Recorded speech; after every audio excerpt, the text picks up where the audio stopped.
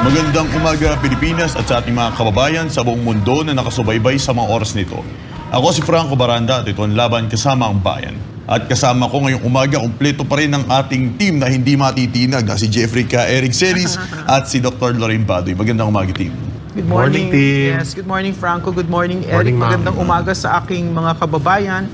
Maraming salamat at sinasabayan niyo na naman kami sa isang episode ng Laban Kasama ang Bayan. Good morning to Vic Varela, my friend in Maryland, and his wife who's my best friend, Maiza. Good morning to Pops and Reyna Manalo at saka si Vilma Absalon. Good Ayun. morning. Magandang umaga sa bayan ng Pilipino. Good morning sa lahat po ng ating mga taga-subaybay at mga suki na sumusuporta, naghahanap ng pamamaraan na makita po ang ating mga paghahayag ng katotohanan at ang ating paglilingkod para sa pagtatanggol ng demokrasya, kapayapaan at pinakamabuting pamamahala para sa ating mga kababayan at pinakamamahal na sambayan ng Pilipino. Hanapin niyo po kami. Ang pinakasigurado po kami na hindi pa nawawala ay ang www.smninews.com. Tama ba, Brother Franco? Yes. I-type niyo lang po at i-guide naman po kayo ng search engine smninewschannel.com. Sigurado po tayo na hindi pa yan nawawala and they can also watch live, Brother Frank. Tama? Yes, meron tayong www.youtube.com Ayun, pwede. at DZAR 1026 Manila. Frank, Ma'am Lorraine, ang mga kababayan may gusto pa pong batiin at ito po hiningi niya talaga na mapakinggan ngayong araw na ito si Tito Bebot Bilyones. Taga Iloilo po ito at si Tito Bebot Bilyones po ay suki ng kanyang buong pamilya dyan sa Haro, Iloilo City at hinahanap niya araw-araw pati mga replay at kung ano-anong mga platform para makita lamang. Thank you, Tito Bebot, na receive ko po yung message ngayong umaga. At kahapon po, habang naglalakad ako sa Araneta Center, dyan sa may Coliseum, may tumawid na nagmamadali pero siya ika-ika. At ako po'y napalingon, babae po, nasa edad siguro mga late 50s na. Dati po pala siyang international flight attendant ng Philippine Airlines. Si JQ ang pangalan niya. Sabi niya, ka Eric, hindi ko in-expect na makikita ko kayo dito. At sabi niya, ako ay DDS. Dating Dilaw supporter na na-convert na DDS ngayon. Duterte diehard supporter. Na-smile ako, Duterte diehard supporter na siya. At ang tinanong niya, kamusta si Ma'am Lorraine? Kamusta ang SMNI? Kamusta ang Labang Kasamang Bayan? 3 araw ko na kayong hindi nakikita. At maluha-luha po siyang nagkamay at kinuwento niya kung gaano kahalaga sa kanya, sa kanilang pamilya. JQ, na rinig mo, sinasabi ko na dito, ang ganitong pangyayari na disgrasya po ito sa habang naka-duty, twisted knee, kaya hindi na po siya nakapagkakasama sa lipad bilang flight attendant. JQ, maraming salamat at sinusuportahan nyo kami. And of course, Frank, 2 engineer ng Philippine Institute of Civil Engineers, mga kaidaran ko lang, nagpasalamat din na may Laban Kasamang Bayan na nakikita nila panahon. At sila, ma'am, ay mga taga-suporta natin. Hindi ko na lang babanggitin ang pangalan nila. Yan po ang mga na-i-encounter namin ni Ma'am Lorraine, ni Brother Franco. Araw-araw po yan. At yung nasa sense ko sa kanila yung galit nila sa pagsupil ng press freedom. Yes. Yan ang nararamdaman ko sa kanila. Bakit ito nangyayari sa Pilipinas? Yan yung naririnig namin ngayon. So, pagkagising siguro ng presidente, baka gusto niya sagutin ito, no? Kasi this is all happening under his watch. Yes. Ang pagsupil ng press freedom is happening under the Marcos administration. Yet again. That's right, Mama. At yan ay may malinaw na pananagutan siya sapagkat ito'y mga pang-aabuso ng direktang agencies under his office. At syempre, kay Eric, maya-maya ay makakasama nga natin ang kapatid ng ating ang senadora. Yes, Senator Amy Marcos. Pero bago ang lahat, tanggap muna tayo ng live. Live muna tayo ka, Eric. Naniniwala ang Philippine Army na ang paghihikayat sa mga Pilipino na maging reservist at mga gagawing ang pagsasanay ay pagpapakita ng pagmamahal sa bansa. Narito ang balita ni Almar Farzuelo live. Almar, gandang umaga. Wala siyang audio. Yes, magandang umaga mga ka-partners. Hinikayat ngayon ng Philippine Army ang mga residente sa Batanes na maging reservist. Hinikayat ngayon ng Philippine Army ang mga residente sa Batanes na maging reservist. Sa isang pulong balitaan, sinabi ni Lieutenant General Roy Galido, ang Commanding General ng Philippine Army, na ito ay kasunod ng utos ni Defense Secretary Gilberto Teodoro Jr. na palakasin ang militar sa mga island provinces. The instruction of the SND to be able to deploy forces is part of the strategic archipelagic defense posture natin. The defense of the country will not only involve the regular troops but also our reservists. Dagdag pa ni Lieutenant General Galido, kung sakali ay malaking tulong ito sa militar. Our country may kanya-kanyang sector tayo ng major services, especially doon sa areas that there are inter-island movements. We use forces na meron inter-island capabilities just like the Marines. Kaya nakita sa Mabulis, there are Marine contingent there because they have the platform to go to islands. But more importantly, we have Army reservists in that area contributing to the defense. Hindi pa masabi kung ilan ang mabubuong reservist pero nasa mahigit 18,000 lang ang populasyon ng Batanes, ayon yan sa tala ng Philippine Statistics Authority o PSA noong taong 2020. Nilinaw naman ni Galido na wala silang planong magdagdag ng tropa sa Batanes. We're not planning to deploy. We're encouraging our fellow Filipinos to volunteer to be patriots and be reservists. Kasi we don't need to deploy them because they're already residents in the area. So the more we get reservists, the better for our country. Matatandaan nito lang kamakailan, binisita ni Teodoro ang naval facility sa mga bayan ng Pasco, Mavulis at Mahataw. Ang mga nabanggit na isla ay malapit lang sa timog na bahagi ng Taiwan. Samantala, sa susunod na buwan na inaasahang magsisimula ang pagsasanay ng Philippine Army na nakatutok sa kung papaano makakatagal ang tropa ng militar na mapanatili ang puwersa nito. Ayon kay Lieutenant General Galido, nakabilang sa pagsasanay ay kung papaano nila mapapakain o mabibigyan ng supply ang malaking bilang ng mga sundalo na nasa conflict area. How do we feed the 4,000 people? How do we supply them? How do we sustain them? This exercise or this undertaking has never been experienced by the Philippine Army because we got used to dealing internal threats that we can easily sustain small units. Inihalimbawa pa ni Galido ang Marawi siege at sinabi na kung hindi naging maayos at hindi nila napanatili ang pagbibigay ng supplies ng mga sundalo ay malamang tumagal pa ang gyera sa Marawi. This will test our capability to sustain the forces, especially in conflict. I'll give you a scenario. The Marawi is a conflict that we were able to mobilize forces immediately. But the more challenging thing there is the sustainment aspect of it.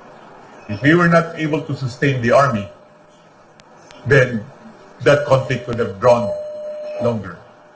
Aabot naman sa 4,000 hanggang 5,000 sundalo ang inaasahang sasali sa pagsasanay.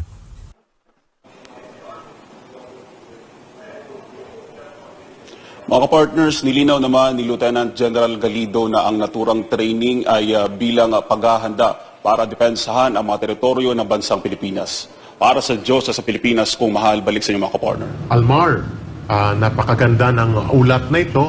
Kasing ganda ng background mo, no? Nandyan yung mission and vision ng Suarasog Media natin.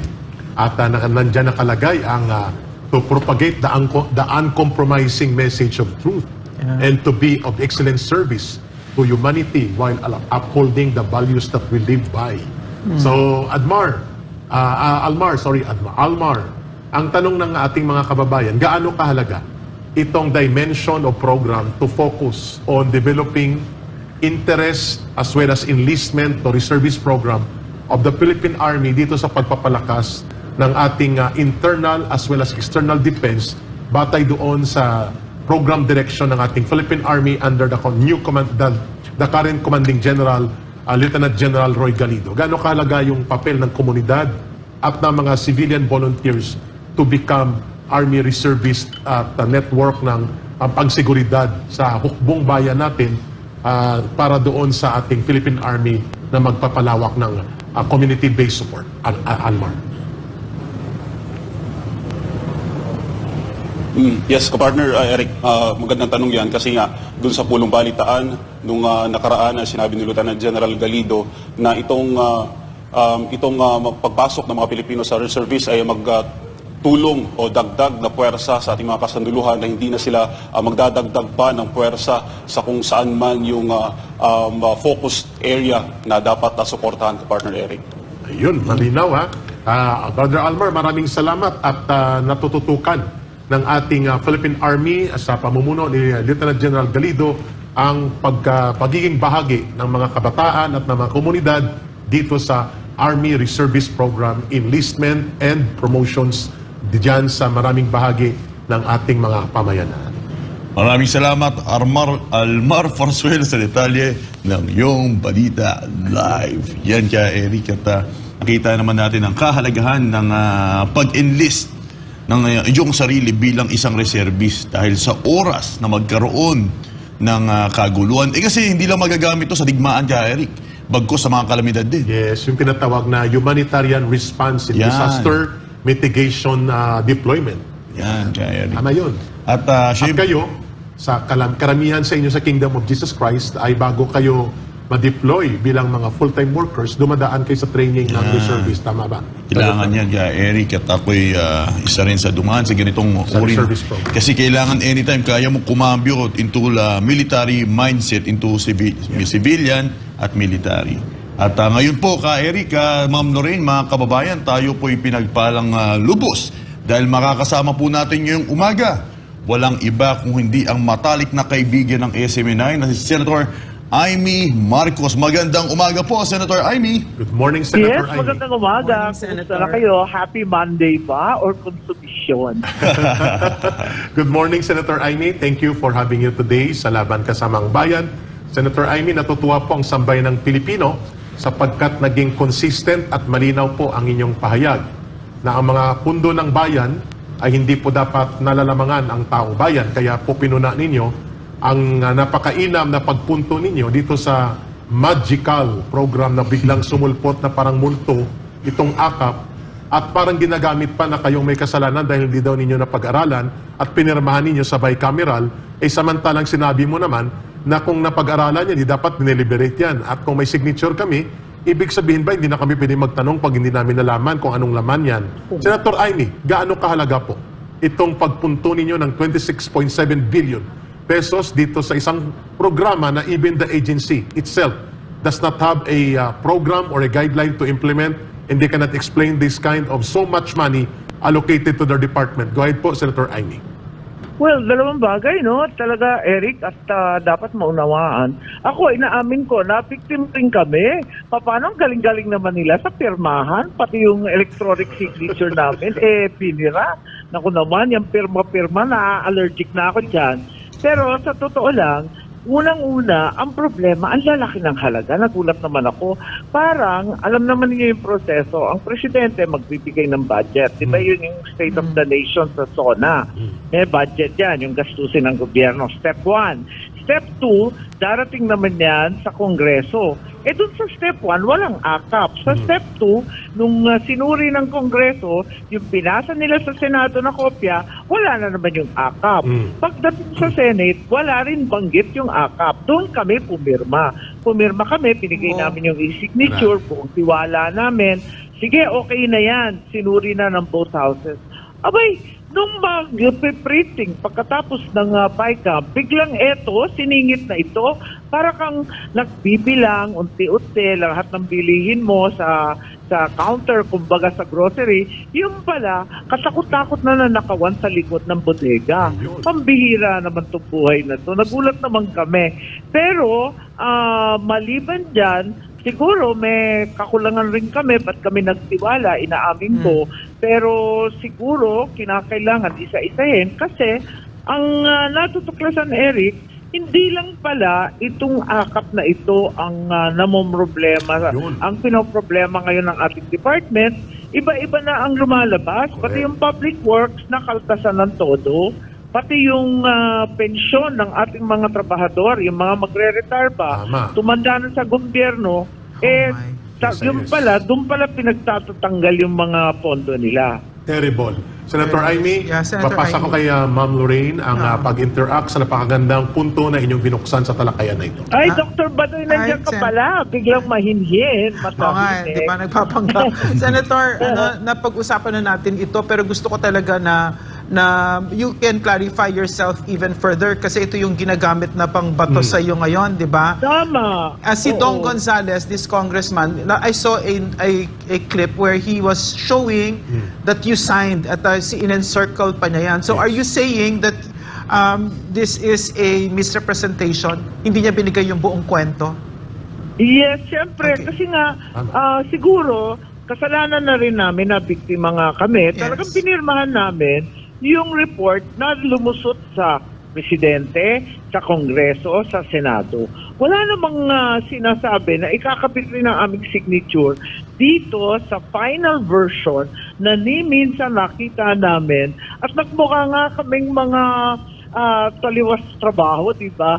Si JB, si Yeah. Senator Bato, ang dami namin, lahat kami nagulat, lahat nabulagta, nagagalit na nga si Minority Leader Senator Coco. Dahil sabi ni Senator Coco, ano ba yan? Ano ba pinirmahan natin? Wala naman tayong nakitang ganyan. So- And Tama. very dramatic nga, Dr. Badoy, kasi andun yung mga signature namin, pero e-signature yan na binigay namin dun sa final Senate version. Na walang akap. Panluloko Na talaga. walang yun. akap. Your term is Walang misrepresentation. akap. talaga. So, walang akap dun sa binigay ni Presidente sa step 1 dun correct. sa SONA. Step 2 sa Congress, wala. Sa Senate, wala. Saan ba galing yan na sumulpot? Kaya laki-laki pa. Yes. So Senator, parang what you're saying, just to educate din yung mga kababayan natin, this is unusual. I mean, hindi ito ginagawa sa isang, kasi parang ang dating sa akin, napaka-disrespectful sa President nung ginawa nila. Very underhanded. Yes. Yeah? Yes, it's completely underhanded and it's completely different from the budget that the President presented. As a matter of fact, nagpapanik yung ibang sekretary ngayon sa kabinete Ayun. pagkat lumobo ng bongga ang ating GAA 2024. Oh my Yung gosh. budget, 16% bigger than what the President proposed. Hindi na siya tumutugma sa koleksyon. Kasi, halimbawa, yung malalaking koleksyon, yung sa alcohol, sa tabako, lumiliit yan kasi hindi na marami ang nag-yosi, di ba? Pabawas na rin yung inuman. Kaya, eto nga, natatakot nga sila na hindi mahahabol yan at malulubog tayo ng tuluyan sa utang. Deficit. Oh my Oo. gosh. Magkakaroon ng deficit spending, no? Senator Amy, are you still on the line? Ang dami na nga nating utang. And then, we are discovering na hindi lamang pala yung akap. Kasi syempre, kung kukuha ka ng 26.7 billion, ang sabi pa nga, 60 daw yan nakatago daw sa unprogrammed yung iba, wala sa DSWD. Ang sabi pa nga, saan galing to? Yung pala, nung tinitignan namin, tinapyasan yung mga foreign funded projects ng public works, Oh my 71 God. billion. Naging zero, 71 billion. Ano ba yan? Wala na tayong flagship project niyan. Walang mabubuo. Tapos, yung maintenance, right of way, lahat tinanggalan ng todo. Ang masaklap, nakita ko kagabi, kasi nagre-review na ako ngayon, nagpa-panic mode na kami, baka kung ano na naman lumabas. Abay, nakita ko, yung retirement fund, yung mga pensyon, at yung inaasahan ng Binawasan din. mga nagtrabaho sa gobyerno, tinanggal din, including 10 billion from the AFP pension fund. Malaki yun. So Senator, tinatanggalan ang mga retirees pero yung mga milyonaryo, yung mas lalo nagiging milyonaryo. Grabe, no? Oo nga, magiging billionaire pa. Ano ba Yeah, yan? Senator, hindi natin alam na natin kung saan pinagkukunan, pero anong tingin mo saan ito gagamitin? Yun nga ang nakakatakot kasi panay ang tanong ko. Sabi ko, hindi naman tayo tutol sa ayuda. Maganda nga yan at kinakailangan ng lahat. Alam naman natin kung ano ang hirap ng buhay ngayon, tataas ng presyo. Wala naman problema yung AIX, ayan, yung mga tupad, yung cash for work. Sige, tulungan natin lalo pag may disaster, namatayan, nagkasakit. Walang problema yan. Pinapalabas pa nila, natutol daw kami sa pagtutulong sa tao. Paano naman nangyari yon? Ang akin lamang, ilagay sa tama, sa ayos. Sino bang bibigyan yan? Kasi nakita ko, pwede raw gumawa ng memo at ibigay na yung mga listahan sa Office of the Speaker at gumawa ng Memo of Agreement, MOA, sa mga LGU na mataas ang nasubmit na PI signatures. Unahin na daw yung mga LGU na nakapagbigay ng lampas ng 3% ng mga pirma. Sabi ko, ano yon? Yung pala dun sa MOA, yung LGU bibili ng bigas na lang daw ang ibibigay sa tao, wag ng pera. Pera nga yung inaasahan ng mga tao. Ano ba yan? May iba naman nagsasabi para daw sa middle class kasi umaaray na daw yung wage earner dahil wala naman silang ayuda samantalang sila nagbabayad ng buwis. Sang-ayon rin naman tayo sa ideya na yun, pero wala naman nakasulat na ganon. Ang gulo nga, ang labo, hindi ko maintindihan. Tapos may message na naman mula kay Speaker na hayaan mo na yan, pareho na lang ng AIX yan. Ganon, ang gulo. Senator Amy, Mama, masingit ko na itong tanong. terrible. Senator Amy, napakaganda po ng inyong tinuran. Yung basic at important components na dapat pinupunduhan, pensyon ng mga retirees sa gobyerno at mga military, yung na nagserbisyo sa bansa. Pangalawa, yung infrastructure para masustain po yung kahalagahan ng development impact sa ating mga komunidad, tinanggalan. Pangalawa, itong pinunto ninyo, mayroon ng mga existing na mga social welfare support, AIX, TUPAD at iba pa.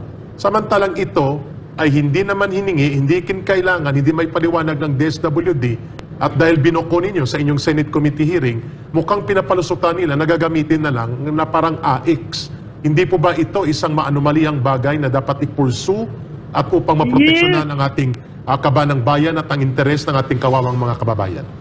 Tama, ang daming nangangailangan ng tulong. Unahin na natin ang mga magsasaka kasi galing akong Ilocos, ano? Naku, nakakaawa talaga Hirap na hirap talaga.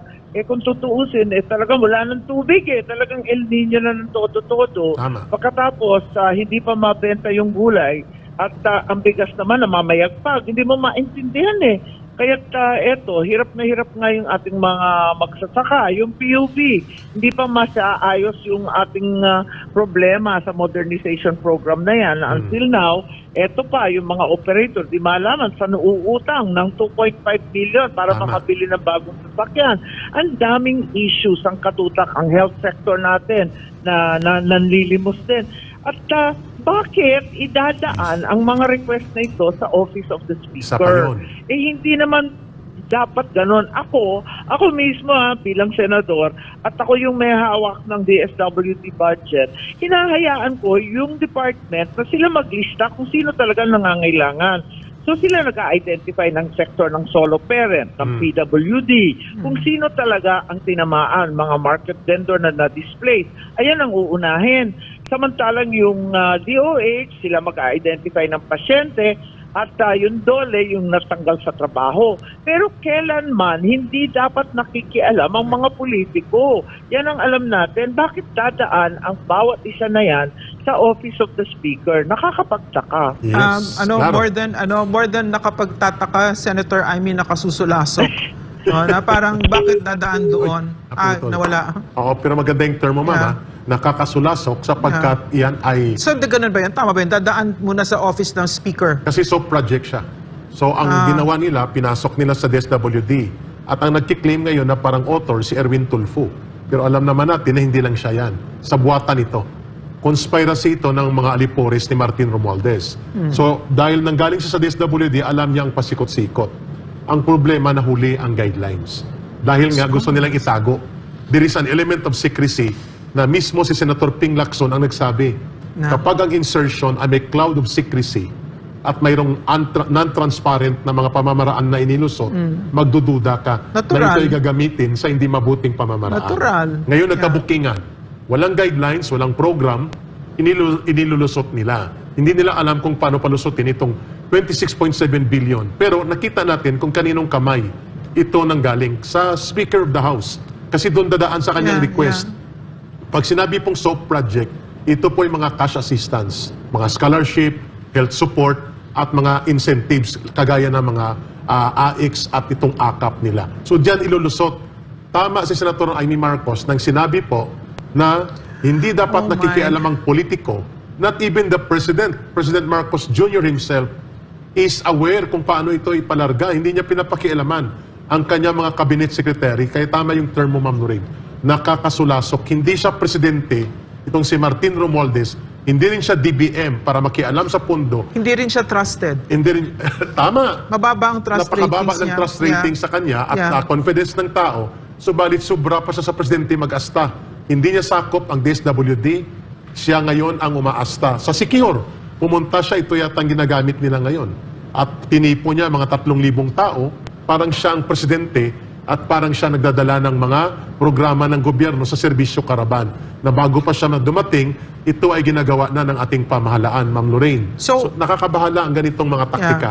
So in other words, ang nakikita natin, hindi talaga tumigil ang People's Initiative despite the order of the President. Yes. No, talagang tuloy-tuloy siya. At nandiyan na si Senator Amy. Senator Amy, would you like to continue dun sa sinasabi mo na hindi mo nakikita ang kawastuhan kung bakit po sinabi ni Ma'am Lorraine nakakasulasok ito that the Speaker is not the President but he acts as if he has presidential powers over executive department sa DSWD. Senator Amy. Medyo nagugulat talaga ako at naputol yata yung telepono dahil sinabi ni Dr. Baloy na nakakasulat. Biglang na-disconnect. Sabi ko, ano kaya sinabi namin palit? Ay, nako talaga naman. Pinapakinggan pa rin ang SNNI. Of course. Of course. Senator Amy, would you like to react? Hindi siya presidente, pero bakit sa kanya i-channel, i-course through ang implementation ng napakalaking budget ng pondo na Hindi ko nga maintindihan. Alam mo, kasi ako yata yung overstaying na congressman. Siguro nasa listahan pa rin ako dahil hindi ako nagpapalit ng telepono. Ayan, text ng text sa akin. Itaan daw sa Office of the Speaker at i-priority yung mga LGU na napakaraming pirma. Tapos, tinext back ko. Ano yung AKAP? Sabi, pareho lang na AX yan. Basta ilista yung maraming pirma. Nakakaloka. Ano ba yun? Ako naman, ayoko naman makipag-away sa mga kongresista. Sa totoo lang, sa katutak na ang kanilang press con, lahat sila talagang panay ang privilege speech at saka statement. Ayoko naman nakikipag-away, lalo't na kamag-anak ko pa. Kaya lang, ang akin, pinapayuhan ko, huwag naman ganyan. Hindi naman ganyan ang trabaho, ano. At kung ano man ang bala, kung ano man yung ambisyon, ilagay naman sa tama. Huwag naman na lahat na lang inuutusan, lahat na lang ng pamamaraan ay susuhulan. Ay hindi naman maganda yung ganyan at hindi yan na mahahantong sa maayos na mithiin. Tama. Frank, would you Yes. like to interact kay Senator Amy? Yes, Senator Franco Baranda po nasa linya. Gusto ko lang po itanong, Senator, dahil isa po sa mabigat na inyong ibinunyag, ito pong na zero budget po sa GAA ang DPWH na alam po natin kung ating babalikan, isa sa milestone po ng nakaraan administration na ipagpapatuloy po dapat natin ngayon is yung Build program.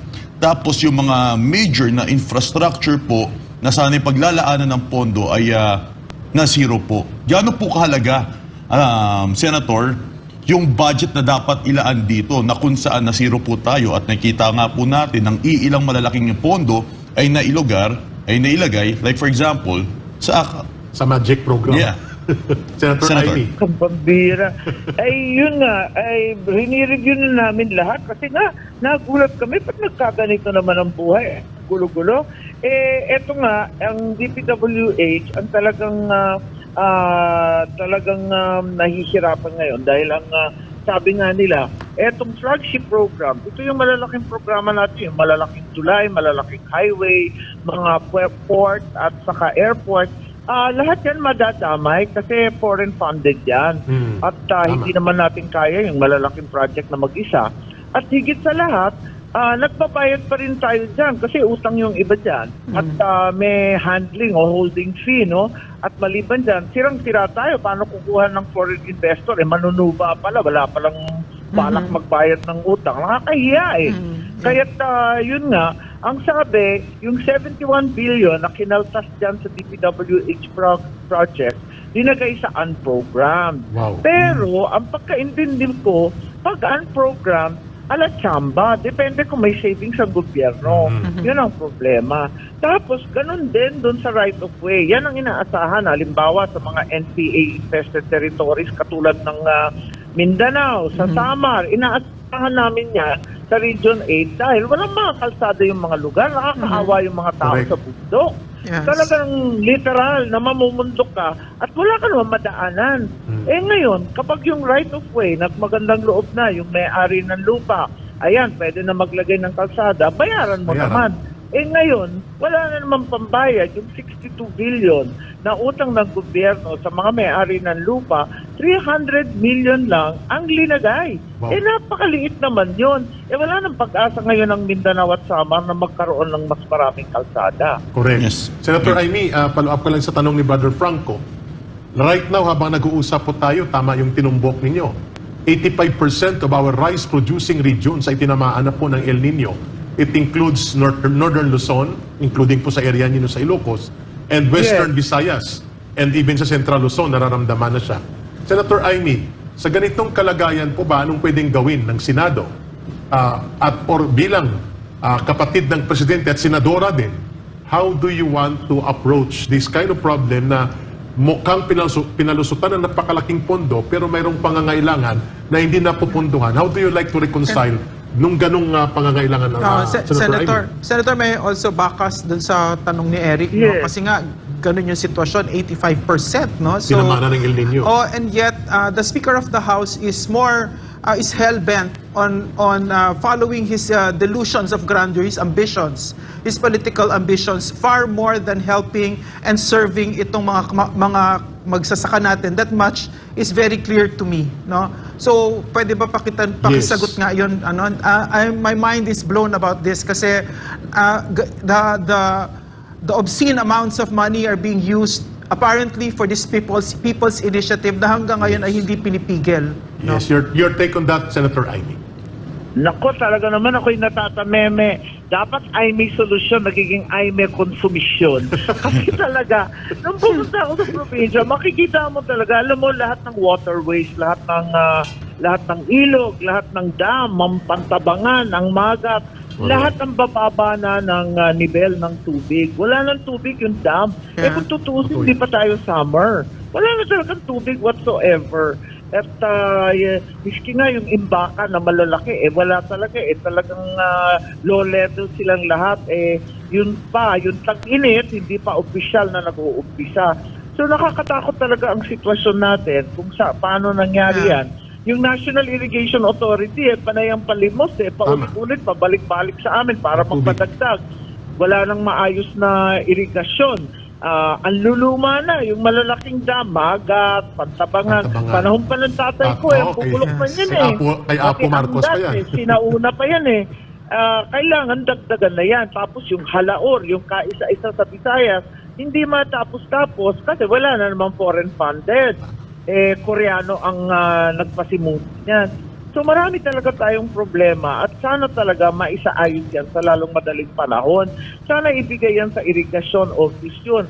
Tinatanong ko sa Department of Agriculture, meron ba kayong ini-imbak na drought-resistant varieties ng bigas at saka ng vegetables? Wala rin. Ako talaga naman. Wala naman ini-imbak kasi may specialized drought varieties or else salty varieties. Marami yan pero kailangan mag-order ka. Sang katutak yan. At mahal. Mas mahal yan kaysa sa normal. Pagkatapos yung organic natin, yung iba pang abono, ang mamahal din. Pag walang tubig, dagdag na naman rin yan sa diesel. Yung diesel, pumapatak na halos pantay ng gasolina. Lahat ng input ng pagsasaka, nagsitaas.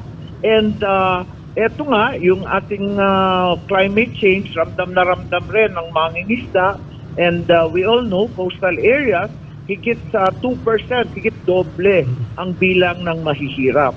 So it's a really big issue sa food security dahil wala tayong investment sa food security. Di, kung wala kang tinanim, wala kang aanihin. Obvious ba? Senator, nung short stint ko sa gobyerno, may natutunan ako sa former president, no? Laging inuulit niya sa amin yon para magsilbi ng maayos, no? Sinasabi niya, the poor, they only have government, no? So, pag hindi natin ginawa ang trabaho natin, nilulugmok natin sila sa kahirapan and we are also creating poverty. So, this is why This is why masakit tignan ito ngayon. A lot of Filipinos are nasasaktan dito sa nakikita nila na itong obscene amounts of money ay napupunta instead sa politika, na pamumulitika. Kahit yung pagbigay ng ayuda, it's politicized, no? To paraphrase, I don't know, I'm not quoting her verbatim, but yung sinasabi ni Anton Lagdameo, no, pag hindi ka humingi, wala ka, 'di ba? So Humingi ka, it sounds bibigyan really ka. so politicized, and it's really masakit sa dibdib pakinggan 'yon, no? So Ay, nagulat naman ako. Sinabi niya yun. sinabi may niya may yun. video yan na Sinabi Senator niya yun. Amy. Yata ako. Ay, nako. Sa harap pa ng kapatid ninyo, Senator Amy, Yeah. nagulat din yata si Pero- Presidente Marcos doon sa Mindanao. So maliwanag pa ba 'yon, ano?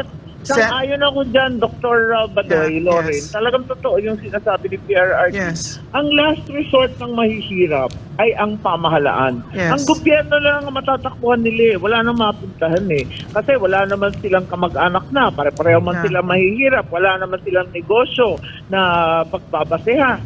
Wala naman hanap buhay o trabaho na maayos. Saan pa tatakbo yung mga pobre niyan? Di gobyerno lang at gobyerno. Correct. Pag hindi pa tayo nag-deliver, saan na lang pupulitin yung mga yan? Correct. So, I think we can't allow them to fall through the cracks. And these are huge sectors. Ano? Mabuti naman kung yung rice planting sector maliit. Napakarami niyan. Ilang milyong Pilipino yan.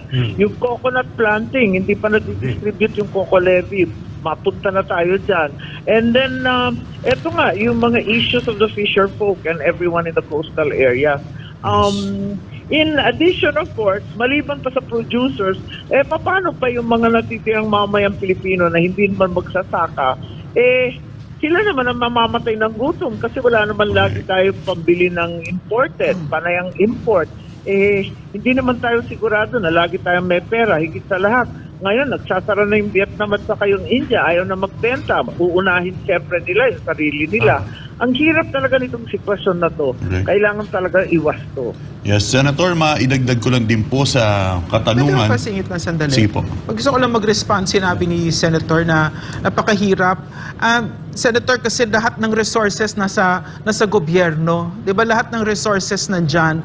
At siguro galing ang pamilya namin sa kahirapan. So, pero nakaangat dahil tinulungan ng gobyerno, scholarships, ganon, 'di ba? So, maliwanag sa pamilya namin na ang gobyerno meron talagang sagutin sa mamamayan, and that's to take them out of poverty because you have the resources, 'di ba?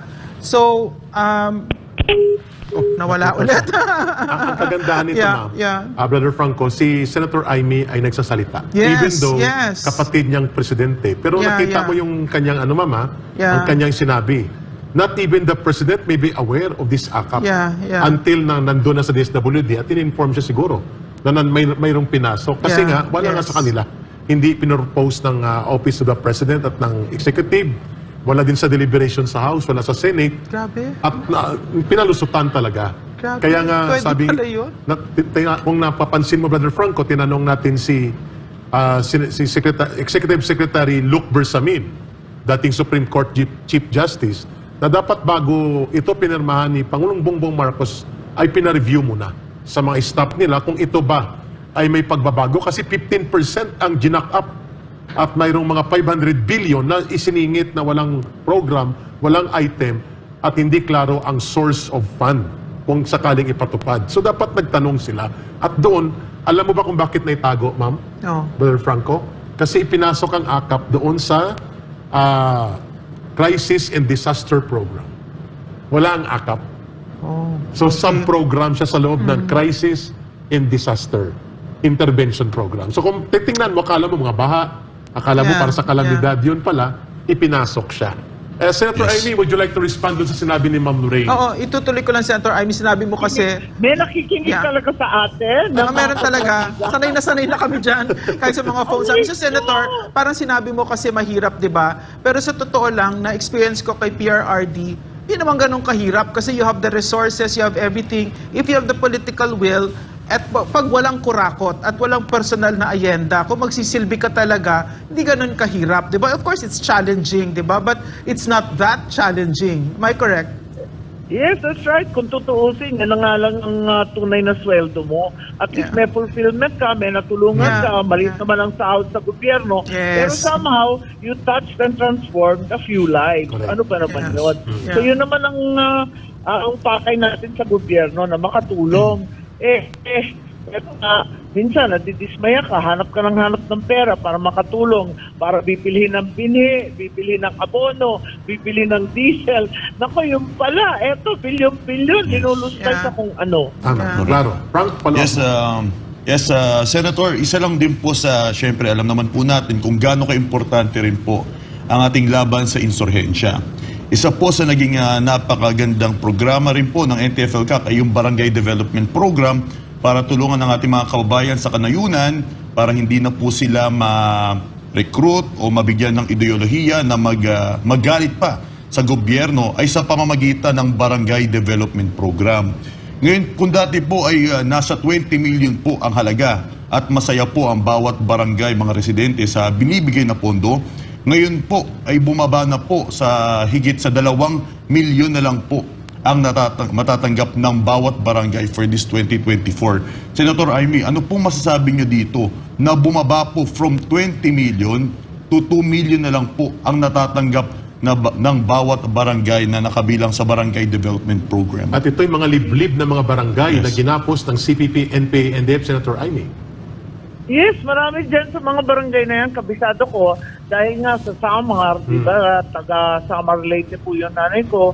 Tapos sa Cordillera, may iran din nakabilang dyan. Tama.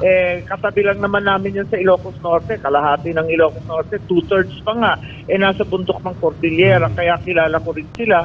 Kung tutuusin, ito talaga ay utang natin sa mga komunidad na nasa liblib ng mga lugar, yung mga IP natin na nakalimutan na, yung mga lumad sa Mindanao, utang to eh. Tapos, itsatsani pa at pinapahirapan pa sa pagbigay. Kaya nga, nagtataka ako, bakit lumiit ng lumiit to? From 20, naging 8 million, yung 8 million naging 2 na lang. Kakarampot naman yung 2 million sa halaga ng mga gamit ngayon. Yung 2 million, makakapagsemento ka ba ng 50 metros Correct. niyan? Ay, wala. Talagang halos walang ka-epekto niyan. At ang sinasabi pa, tatanggalin. Ngayon, ang latest, meron naka-pending na sinasabing amnesty bill. Kinatatakutan ko itong amnesty. Panalo na tayo, ba't tayo mag-a-amnesty? Yeah. Correct. Medyo nalilito ako sa timing. Bakit nagpapasa ngayon ng bill? Kaya mawalang galang na lang sa mga sponsor. Sabi ko, hindi ba nag-amnesty kapag medyo hirap na tayo? Panalo na tayo, iilan na lang yan. Tapusin na natin. Naku, pambira. At kung mag-amnesty, sana yung panahon ng ama ko, pag nag-amnesty ka, very specific siya and conditional. Tama. Hindi siya pwedeng blanket amnesty. Kasi, syempre, ang ginagawa ng lahat o sige, kunyari, ceasefire, at tapos magpalakas muna tayo, tapos birahin na naman natin sila. Alam na natin yun, hindi pa tayo Yes. nadadala, naiinis ako. Tama ka, Senator Amy. Mailipat po namin dito, Senator Amy, habang alam namin may next schedule ka pa. Medyo ito po ay mabigat na tanong.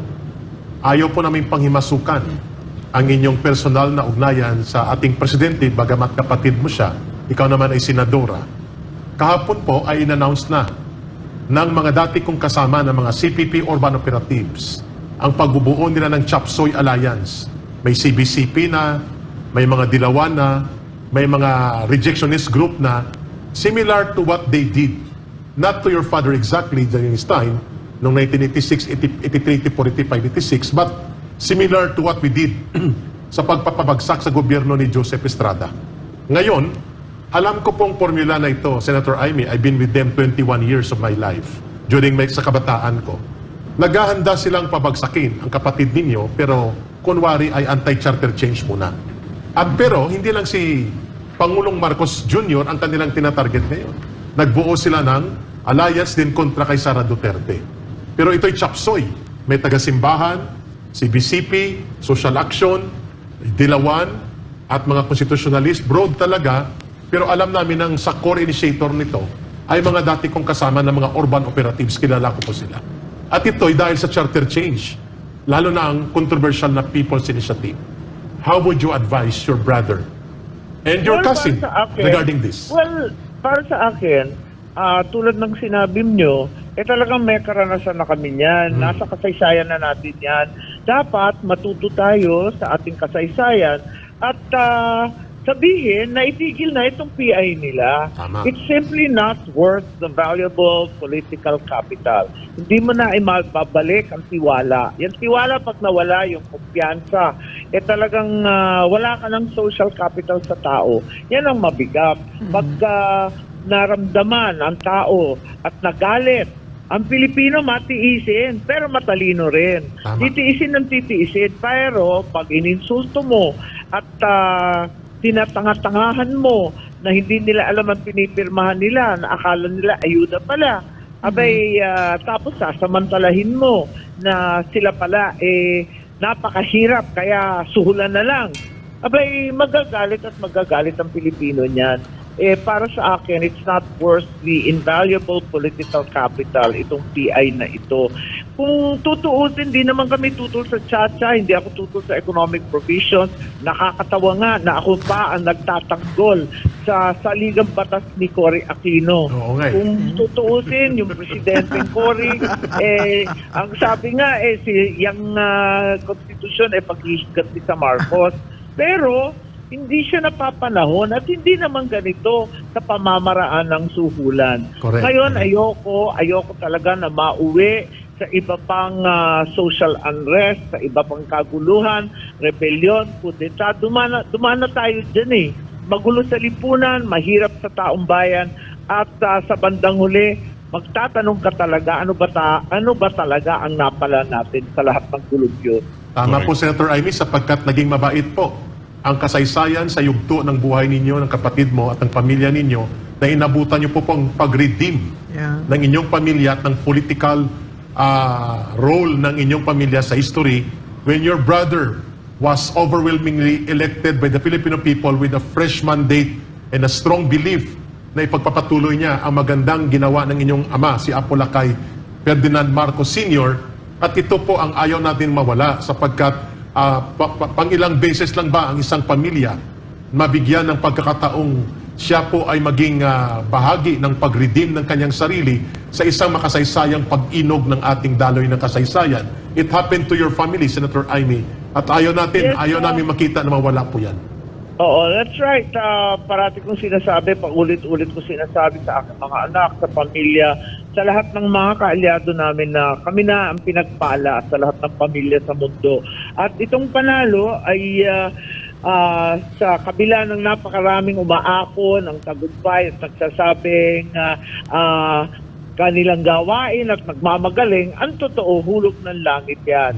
Kaya tawag natin sayangin at wag natin ubusin sa PI nila. Yes. Talaga naman nakakapikon dahil kay hirap-hirap po ng dinanas namin, 36 years rin, halos 4 na dekada, hindi biro-biro. Ang pag-aalipusta, ang tinatakwil, biglang hindi ka nakilala, talagang mahirap yung dinanas namin, higit sa lahat dun sa mga kasamahan namin na mas vulnerable pa nga kasi tinanggal sa trabaho, na tanggal lahat ng hanap buhay. So, maraming nagsakripisyo para dito. Huwag naman sayangin. So, eto nga, yung sinasabi mo na maraming disgruntled, nagtitipon-tipon, itong tropang chapsuy, nagkaisa kahit hindi sila magkakaibigan, hindi naman sila magkaalyado, nagkakaisa dahil sa isang issue lamang na sa palagay ko walang kakwenta-kwenta. Huwag natin uubusin dyan. Tama. Yung kaya lang yung masaklap yata doon senator dito sa pagbigay ng tiwala ulit, ang the ones that are taking away that trust is also mga kamag-anak, 'di ba? So yun yung nakikita namin dito at siguro for you it's about family and of course we understand, but of course for us it's about country. And para sa akin, yes. Lorraine, Yes. sorry, sumabat ako bigla. Kala ko Yes, you were okay. not talking. It's alright. Hindi, yung sasabihin ko sana, sa akin, it's not about family Yeah. Kasi ang turo ng ama ko, maliwanag, walang controversy, walang pag-iisipan. Ang una, ang Diyos. Ikalawa, ang bayan. Yes. Ikatlo, yung pamilya. Ibig sabihin, ikatlo lang yung pamilya, bayan ang pinag-uusapan. At kung tutuusin yung ginagawang suhol, labag rin sa Panginoon niya. So, hindi talaga pwede. Yung pagiging kamag-anak, sorry third place na lang yon sa hierarchy of values. Senator, can I just pose to you a question that I've been hearing all over. So para you're given that opportunity to also respond, no? Na what you're saying right now, you're only saying it because you have political ambitions na hindi naman talaga totoo, minimin mo yan, pero ang gusto mo lang tumagal ka sa poder. Hindi mo in other words, hindi mo talaga mahal ang bayan, kung hindi gusto mo yung position mo, na yung political career mo ay tumuloy-tuloy. Please explain on that, Senator Amy, to be fair. Yes. Yes, that's right. Marami nagsasabi na Yes. hindi daw totoo itong ngalitan ng pamilya. Sa akin, hindi na ito pamilya policy na at bansa na pinag-uusapan. So, hindi ko talaga maipapalit ang aking mga sentimento sa aking pamilya. At kahit masakit, kailangan gawin Ang Yes. mali ay mali, ang tama ay tama. Mali na ito. Tutulan Yes. nating lahat. Kahit kamag-anak mo, Ayun, naputol na naman. And kapag nakabalik si Senator Amy, kukunan natin siya ng kanyang final message at mukhang nakuha natin ng malaki-laki ang bahagi ng kanyang oras, pero napakahalaga po ng kanyang mga tinalakay. Oo. Maganda yung tanong mo, Ma'am Lorraine, na mabigyan siya ng pagkakataon to clarify na ito po ba ay bahagi ng kanyang political tactics? Ito po ba Strategiya estratehiya lang, sa kanyang pananatili sa politika? O ito ba ay bunsod ng kanyang pagmamahal sa Pwede ba mag-share lang ha? Mag-share lang ako kasi nakakausap ko si Senator Amy kasi nakikita ko din siya, no? So, ganun din naman yun nasa isip ko noon kasi I was fiercely anti-Marcos. So, nandyan yan sa utak ko na, totoo ba to? Ganyan, di ba? Nakikita ko that she loves her brother very much. Nakikita ko yon, kitang-kita ko yon. But I also see that nauuna sa kanya yung kung ano yung tama, kung ano yung mali. Yun yung nakikita ko. Kasi wala siyang Para sa takot na bayan. magsalita para Yeah. sa paninindigan. Yeah. In fact, she was very instrumental si Senator Amy sa pagbubunsod ng mga paglalahad at pagbubulgar ng mga iskandalusong pinalusot na pondo na kung wala sa kanyang committee hearing ay hindi po nabulgar ang ganito. Senator Amy, Okay. Sa madaling Yes. salita, si Senator ay nagtataya. nagtataya siya. So, go ahead po for your rejoinder doon sa common na mga perception ng ilang mga malisyoso na ikaw po daw ay ito bahagi ng iyong political strategy to remain relevant to the political spectrum. Senator Amy. Nako, napakalawsi naman ng political strategy. Lalabanan mo administrasyon. Para Yeah, political yes. suicide yata yun. Tama. Higit sa lahat, magkapareho ang aming apelyido. Kung ano man ang mangyari sa kanila, mangyayari lalo sa akin. Wala namang strategy mangyayaring ganon. Pakapalpak naman nun. Yung iba naman, sinasabi Trojan horse. Hindi naman pwede. At napakalabos. Pinapaliwanag ko sa aking mga anak. Kasi mga anak ko nasasaktan na at parati silang pinagsasabihan yung nanay ninyo. Ginugulo yung pamilya. Bakit ganon? Yung mga anak ko, sinabi ko sa kanila, ganito ko simple yon. Kayo nga, talaga naman kayo na pag magulo kayo at pasaway kayo, pinapagalitan ko kayo, hindi ba? Ito pa, itong mga mas adult na nakakaalam, nasa Yes. poder, may karanasan. Hindi ko ba naman pagsasabihan, kaya nga ako manang, wala tayong magagawa, yan na yung papel ko. Hindi ako nakikipag-away, pero tututulan ko yung mali, hindi ko ikukonsinte. yes, Senator Senator. Amy, may biro Yeah. dito na pumasok pero just the same, to be fair to you, sabi nila, okay lang yan ka Eric, Doc Badoy and Franco, iboboto ng sambayan ng Pilipino ang tamang Marcos sa tamang panahon. Senator, Talaga naman, ha? Senator, one question. Yes, yes. Yeah. Among the children of your father, they say, I've always heard it often, and is it true that you are the most like him? Well, he said, my dad said time and again, kasi ako super alalay ako ng ama ko. Maliit pa ako, talagang tambay-tambay na ako sa kanya. Kasi, ewan ko, nagkakasundo kami at may mahilig ako sa libro, tapos mahilig ako makipagdebate dun Tapos kahit makulit ka, pag may logic, tatanggapin niya, tawa siya ng tawa kahit masaway. So, parati kami nag-i-enjoy at sinabi niya noon na intellectual twin daw kami at saka magkapareho daw ugali namin, matatapang kami pero pala aral. So, mula sa pool talagang kabites ko yung tatay ko at parati ko sinasabi yun na ang pinakamahalaga mabigay ang dangal na karapat-dapat sa kanyang pangalan muli. At yung mga nakakasira, kamag-anak man o hindi, sorry na lang kasi talaga yun ang importante sa buhay ko. Mabalik ang pangalan namin. Senator, so one last. How would you want the Filipino people to remember your father? Yes. Well, I think my father should be remembered exactly as he asked, which was, nung gagawa na kami, may sakit na siya, sobra-sobra na yung sakit niya, iba-iba na yung sakit. Tinatanong ng nanay ko at ako, ano ilalagay sa lapida? Baka kay haba-haba naman, abogado, sundalo, presidente, senador, ang dami niyang papel sa buhay. Ano ba ilalagay namin sa lapida? Hindi magandang topic to, pero mamili ka, sabihin mo na, mamaya multuhin ninyo kami. So, ang tawa ng tawa yung tatay ko. Nako, ano bang klaseng mga lapida yung kahaba-haba? Ang ilagay ninyo, iisa lang. Ferdinand Edralin Marcos, Filipino, period. Huwag na kayo maglagay ng marami pang iba. Ang galing. At kung pupunta kayo sa libingan ng mga bayani, yun Yan lang ang ang nakalagay. nakasalita. Yun lang nakalagay talaga. Nakita Filipino, ko period. Yes. Yun na yun. Senator Yun lang ang Amy. gusto niya ipaalam sa lahat. Pinagmamalaki niya at pinaglaban niya ang pagiging Pilipino. Yes, Senator Amy, and because Thank of you. that, nararamdaman po ng sambayan ng Pilipino ang sinseridad ng iyong layunin na maibangon ang legasya ng inyong ama, at kung kaya hindi mo masisisi po yung mga netizens na sinasabi nila, darating daw ang takdang panahon na maibubuto muli ang tamang Marcos. Napo, maraming salamat mga troublemaker talaga kayo, pero I love you all. Sige na lang. Thank Mabuhay you. ang SMNI at maraming salamat. Mag-ingat po kayo, Senator Amy. Thank you, Continue Senator. to love our people and serve our country Thank you. in the best of your capacity. Ingat. Thank you po. Thank you so much, Senator Amy Marcos, sa oras na ibinahagi niyo po sa Laban Kasama Grabe. ang Bayan.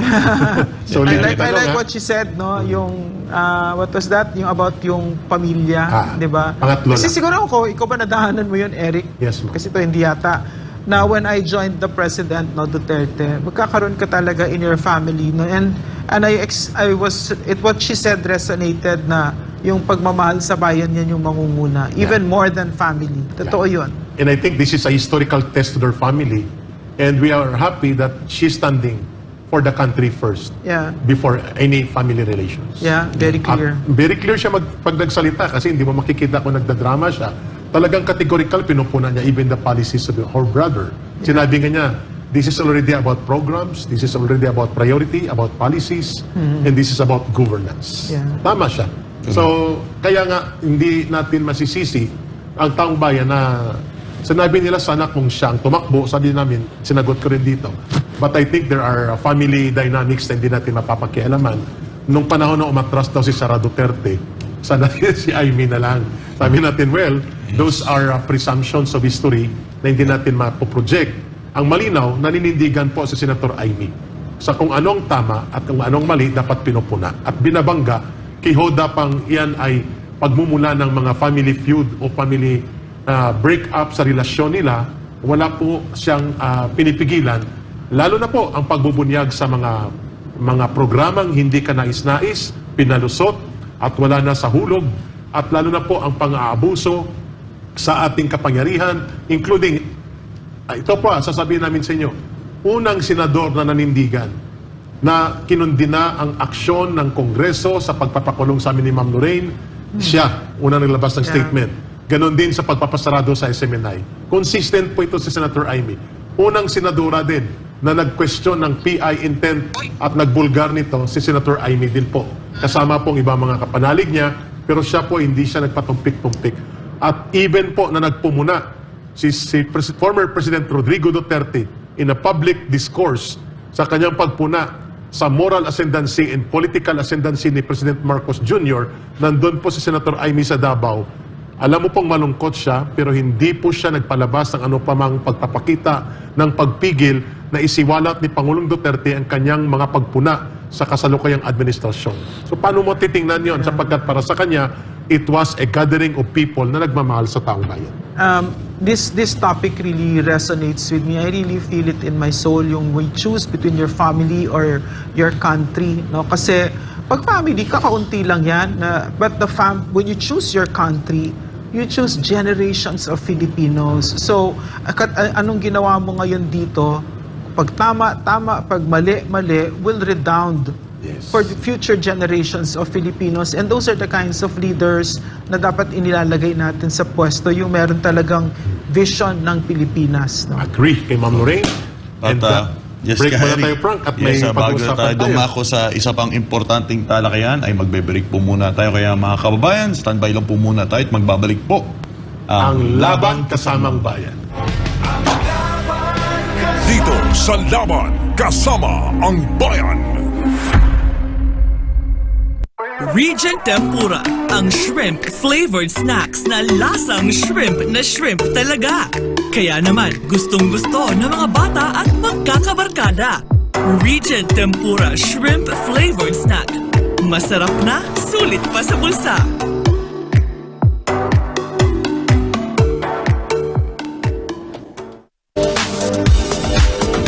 Regent Crisp! Naiibang luto at sarap mula sa mga piling sangkap na magugustuhan ng mga bata o matanda man. May seaweed, salt and vinegar at cheese flavors. Regent Crisp. Isang dekalidad na produkto ng Regent.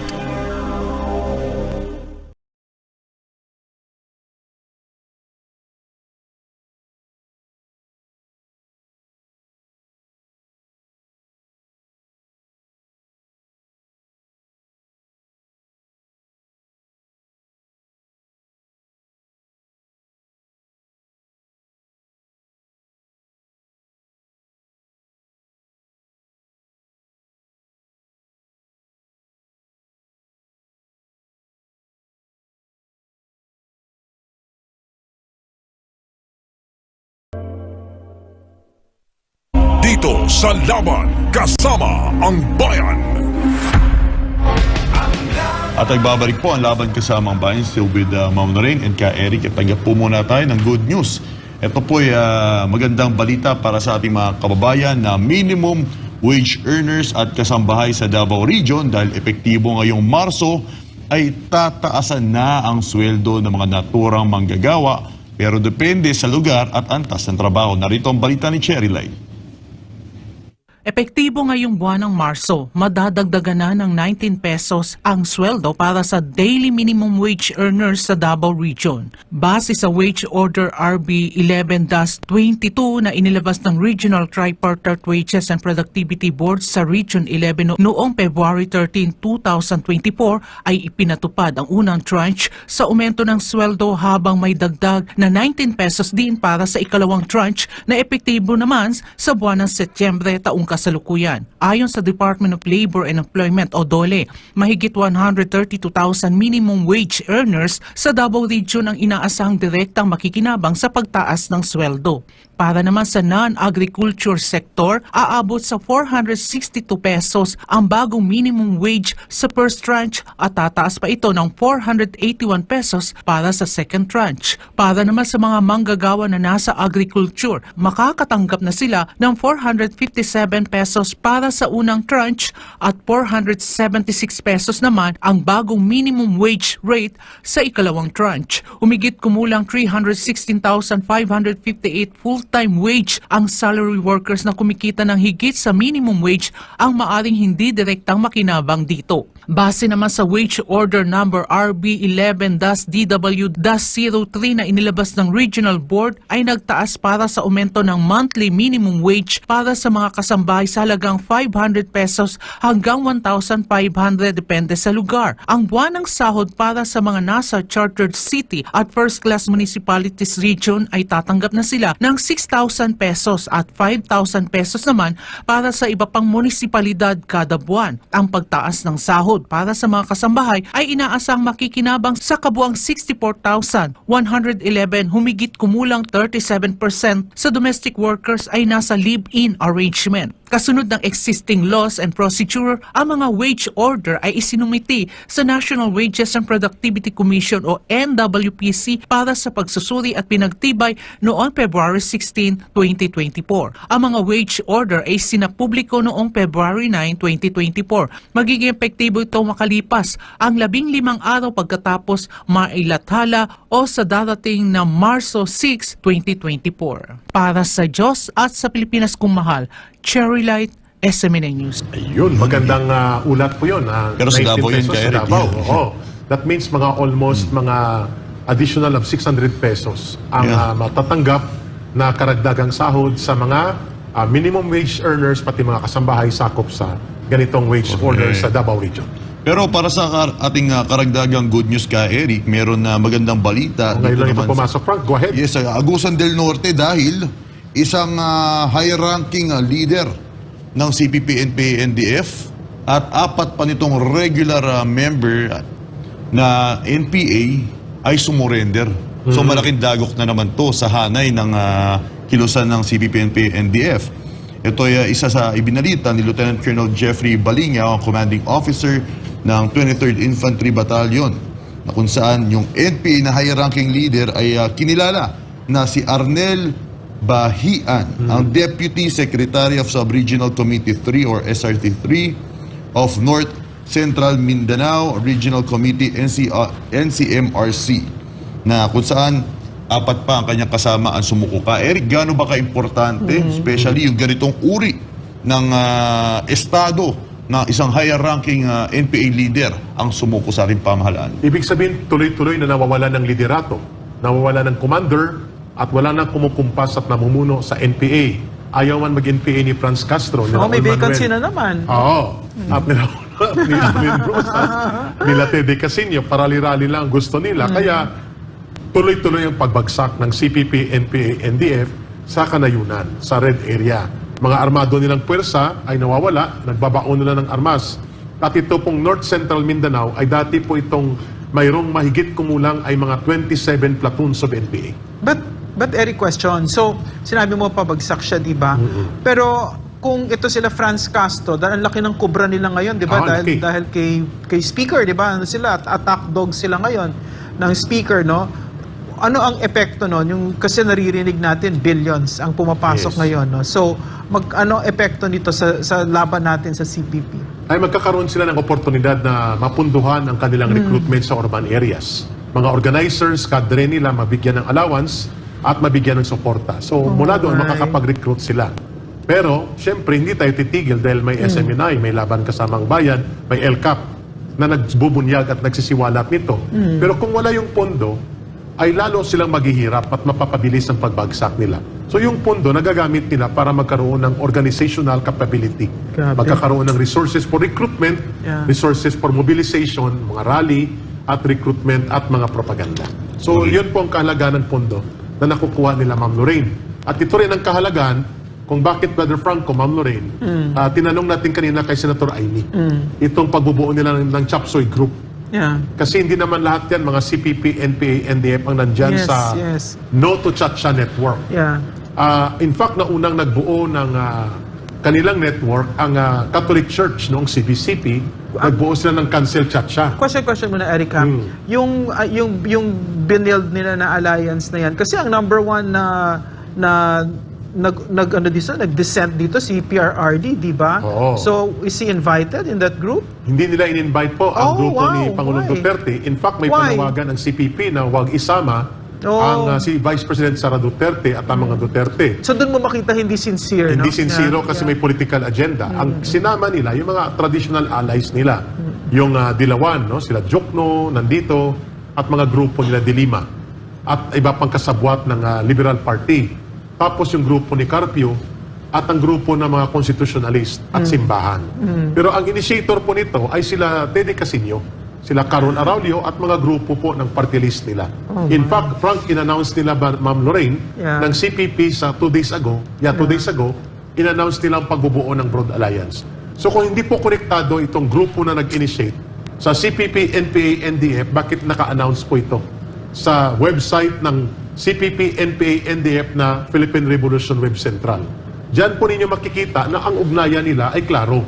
Hindi pa lumalabas sa balita, inilabas na ng CPP, NPA, NDF sa kanilang website ang inisyatiba ng bagong alyansang makabayan at mga grupo nila. Pwede patanong, Eric, para ipaliwanag mo ng mas maliwanag pa. Kasi na naman, template ito, di ba?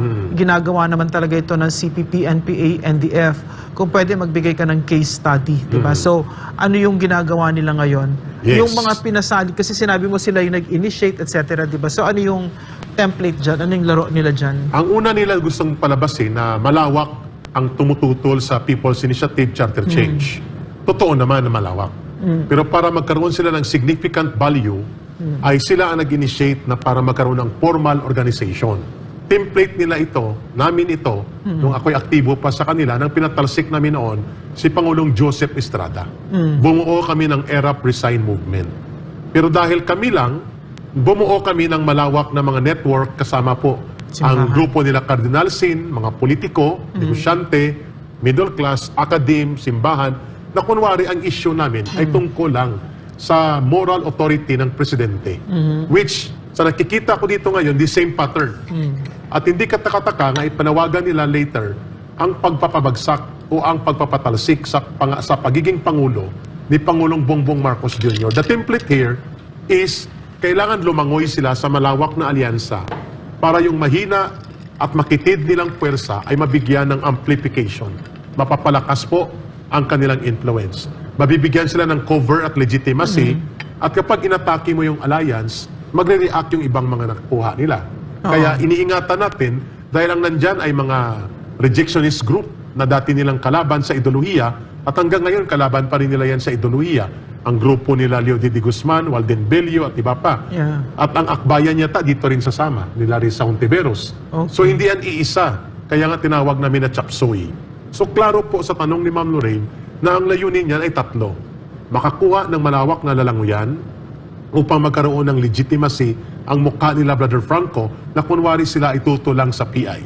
Pangalawa, makahagip sila ng maraming suporta na kung sila lang ay maliit, wala pa nga sa 300 to 500 ang kanilang mapapakilos. Pero kung may traditional ally sila na may malawak na influence, mahahamig nila ang influensya na ito.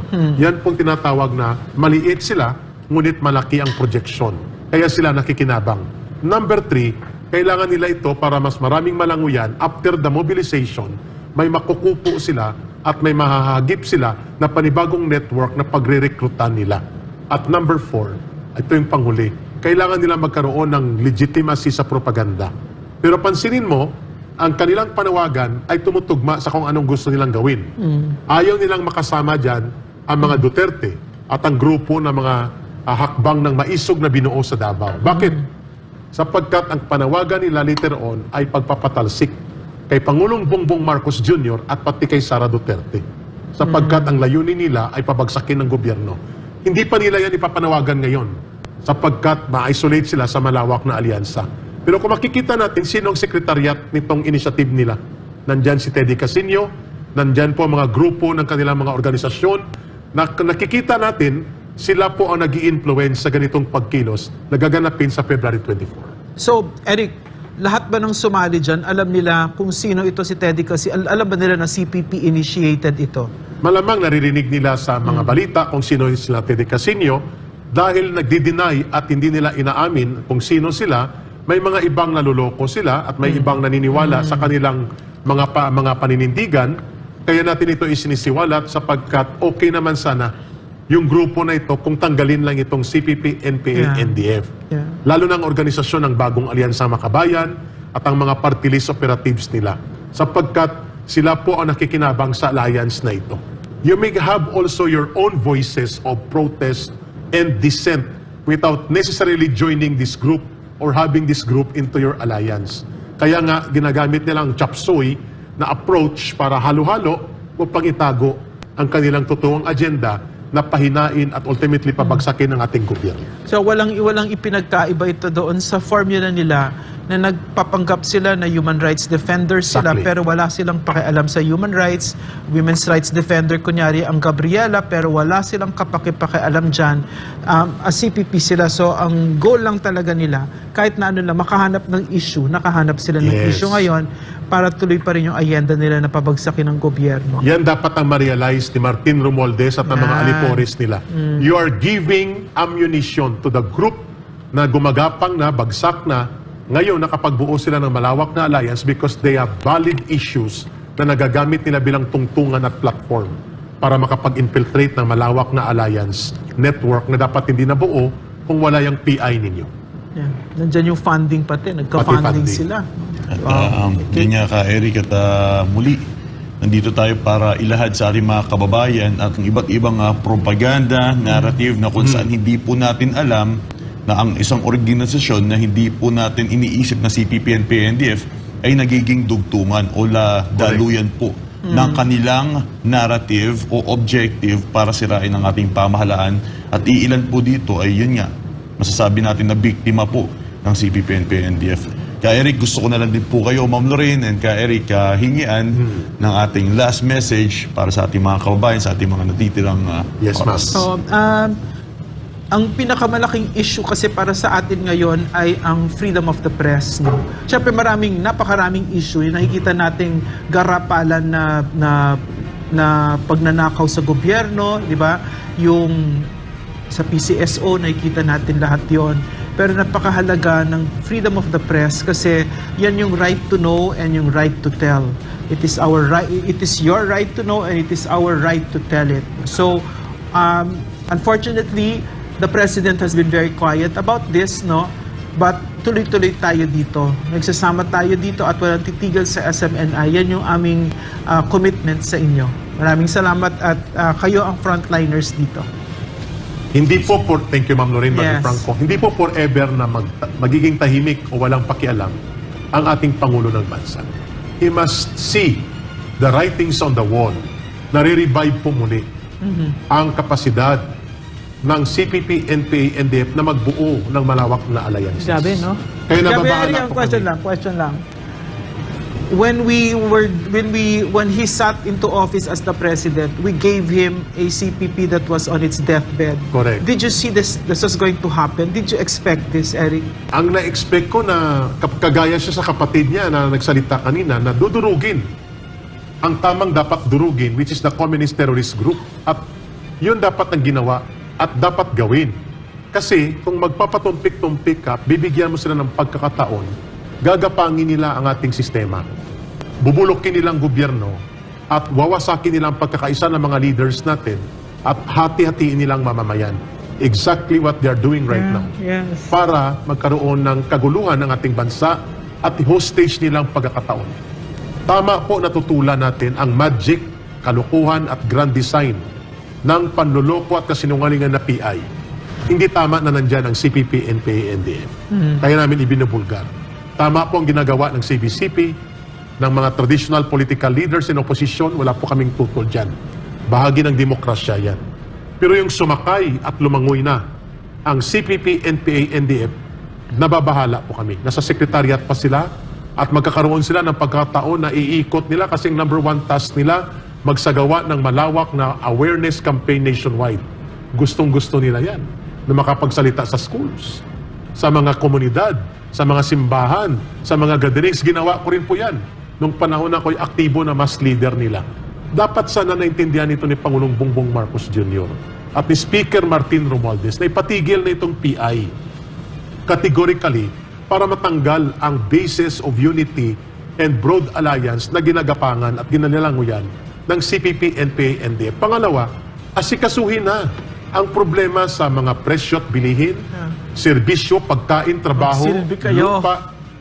Make a real and sincere good governance the way it was shown to you by the former President Rodrigo Duterte. Yan po ang hindi sila makaporma nung panahon ni Rodrigo Duterte na may kaharap tayong pangdaigdigang crisis never been experienced by the world after 100 years, itong pandemic ng COVID-19. Hindi nakaporma ang CPP, NPA, NDF dyan. Bakit? Sapagkat matino at maayos ang pamumuno. Matatag, decisive, at pinamunuan niya ng tama at hindi niya hinayang hostage ang sitwasyon ng mga may vested interest na sirain ang lipunan at gobyerno. Like the way the CPP, NPA, NDF right now is riding high on the issue of rising prices of commodities, fuel, energy, at ang pagkakagulo sa politika at itong PI na sasakyan nila bilang oxygen to resuscitate their urban operations and so that they become relevant in the social movement. Ultimately, babalikan nila ang armado, pababagsakin nilang gobyerno. At dyan sila nagsisimula ngayon sa malawak na alliance na yan na binabantayan natin.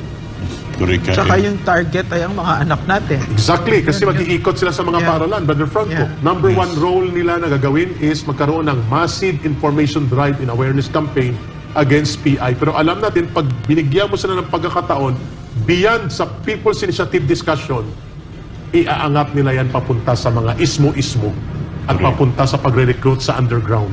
Formula yan ng CPP-NPA. At patuloy natin na lalabanan yan ka Eric sa pamamagitan ng ating impormasyon Correct. sa SMNI dito sa Laban Kasama ang Bayan. Maraming salamat ka Eric at Dr. Lorraine. Thank At you, yan Frank. po ang naging talakay natin sa araw na ito. Sa susunod na mga araw po muli magkita-kita tayo muling pag-usapan ang mga mahahalagang issue dito sa ating bansa. Sa muli, ako po si Franco Baranda. Ako si Lorraine Badoy. At sa ngalan po ng ating paglilingkod sa ating pinakamamahal na bansang Pilipinas, sa malayang pamamahayag at malayang pagsasalita na dito po natin nakikita sa pagtatanggol ng ating mamamayan sa Laban Kasamang Bayan, hindi po kami magmamaliw, maghahanap tayo ng paraan na magpapalakas ang misyon ng SMNI at ang Laban Kasamang Bayan. Ako po si Jeffrey, Brother Eric Celis. At ito ang Laban Kasamang Bayan para sa Diyos at sa Pilipinas nating mahal.